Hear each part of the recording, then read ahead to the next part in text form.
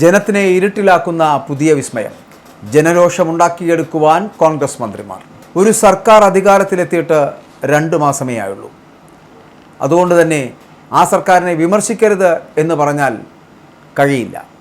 ചിലത് വിമർശിക്കുക തന്നെ വേണം. കാരണം ബ്രീത്തിങ് ടൈമൊക്കെ കഴിഞ്ഞു.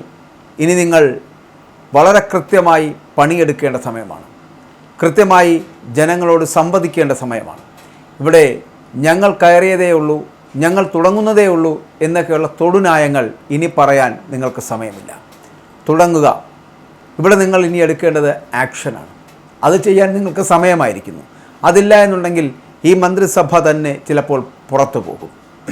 ഇപ്പോൾ ഇതാ പലതരത്തിലുള്ള ജനരോഷത്തിനിടയാക്കുന്ന പ്രവർത്തനങ്ങളിലേക്ക് ഈ സർക്കാർ പോകുന്നുണ്ടോ എന്നൊരു സംശയമുണ്ടാകുന്നു. ചിലപ്പോൾ അത് സർക്കാരിൻ്റെ പിടിപ്പുകേട് മാത്രമായിരിക്കില്ല, മുൻ സർക്കാരുകൾ വരുത്തിവെച്ച ഗതികേടുമായിരിക്കാം. അപ്പോൾ അതിനെ പിന്തുടർന്ന് മുന്നോട്ട് പോകുമ്പോൾ സ്വാഭാവികമായിട്ടും അതിൻ്റെ പേരുദോഷം മുഴുവനും വന്നു ചേരുന്നത് ഈ സർക്കാരിനായിരിക്കും. ഒപ്പം ഈ സർക്കാരിനെ തന്നെ കുഴിയിലിറക്കാൻ കാത്തു നിൽക്കുന്ന കോൺഗ്രസിൻ്റെ വലിയ വലിയ നേതാക്കന്മാരും യൂത്ത് കോൺഗ്രസിൻ്റെ നേതാക്കന്മാരും KSUവിൻ്റെ നേതാക്കന്മാരുമൊക്കെ ഇങ്ങനെ കച്ചകെട്ടി നിൽക്കുമ്പോൾ മറ്റൊരു രാഷ്ട്രീയ പാർട്ടിക്കും അല്ലെങ്കിൽ പ്രതിപക്ഷ രാഷ്ട്രീയ പാർട്ടിക്കും ഒന്നും ഈ ഭരണപക്ഷത്തോട് പറയേണ്ട ആവശ്യമില്ല, എതിർക്കേണ്ട ആവശ്യമില്ല. കാരണം ഈ ഭരണപക്ഷത്ത് തന്നെ വലിയൊരു വിഭാഗം പ്രതിപക്ഷമുണ്ട് എന്നുള്ളത് കൊണ്ട് തന്നെ